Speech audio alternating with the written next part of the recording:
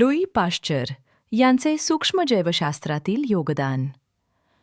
Louis Pasteur यांनी सूक्ष्मजैवशास्त्र, microbiology या विज्ञान शाखेत मूलभूत व क्रांतिकारी योगदान दिले.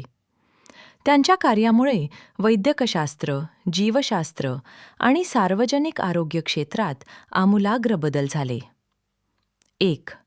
रोगांचा जंतू सिद्धांत, जर्म थिअरी ऑफ डिझीज. रोगांचे कारण सूक्ष्मजंतू आहेत हे पाश्चर यांनी सिद्ध केले. त्यामुळे स्वयंस्फूर्त निर्मिती, स्पॉन्टेनियस जनरेशन ही जुनी समजूत खोडून काढली गेली.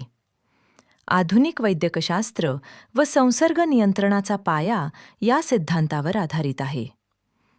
2. स्वयंस्फूर्त निर्मितीचा खंडन, हंसगळा. 4. पाश्चरायझेशन. पाश्चर यांनी पाश्चरायझेशन पद्धत विकसित केली. द्रवपदार्थ गरम करून हानिकारक सूक्ष्मजंतू नष्ट केले जातात, परंतु गुणवत्तेवर परिणाम होत नाही. दूध व अन्न सुरक्षेसाठी ही पद्धत आजही वापरली जाते. 5. लसीकरण व प्रतिकारशास्त्र. दुर्बल सूक्ष्मजंतू वापरून त्यांनी लसी विकसित केल्या.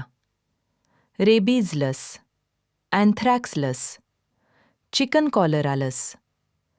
त्यांच्या कार्यामुळे प्रतिकारशास्त्राचा विकास झाला. 6. निर्जंतुकीकरण व स्वच्छता पद्धती.